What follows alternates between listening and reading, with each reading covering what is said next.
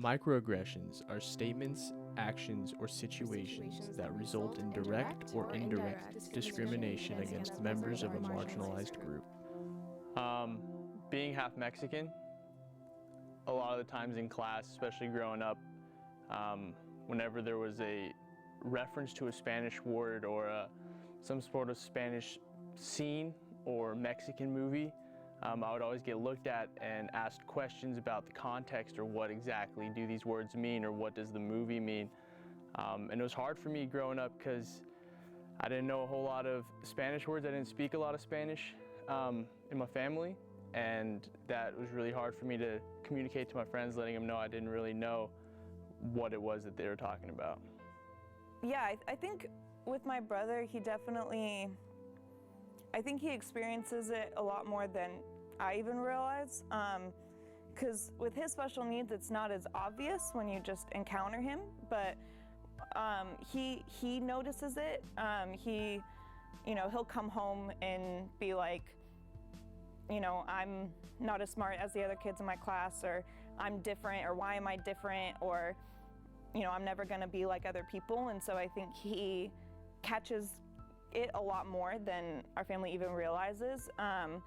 But I know that as our family, when we go out somewhere and he has a panic attack or, is more aggressive and people kind of stare, or people, you can tell they're kind of saying like, I would never parent my kid like that.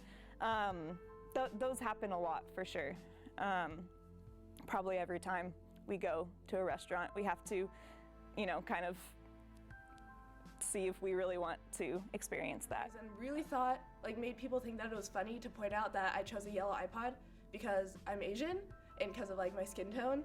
And so that just sucked because it was a super cool iPod, and being 15, that you're Asian and you've heard the yellow joke before and every other joke at that point. But yeah, that was something that I was not expecting, and my sister got a red one that year. And I was just if I had chosen any other color but yellow, it wouldn't have been a problem. It wasn't a problem, but it wouldn't have been something that even happened. Okay, I was in a lab once,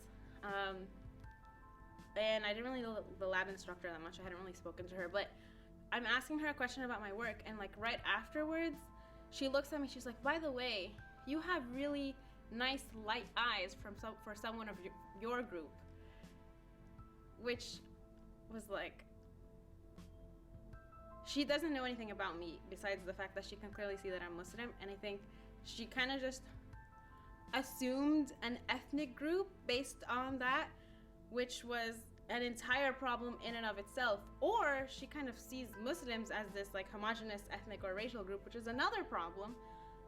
And the idea that she's you have nice light eyes, which of your group, you are the exception to the rule sort of thing. I was just and the TA was standing right next to her, and she just looks at me and I just look at her and we're just and this lab instructor just doesn't even notice that there's a problem. And I'm supposed to say thank you, that's the problem, is she thinks she gave me a compliment, and I'm supposed to be oh, thanks, whereas I'm just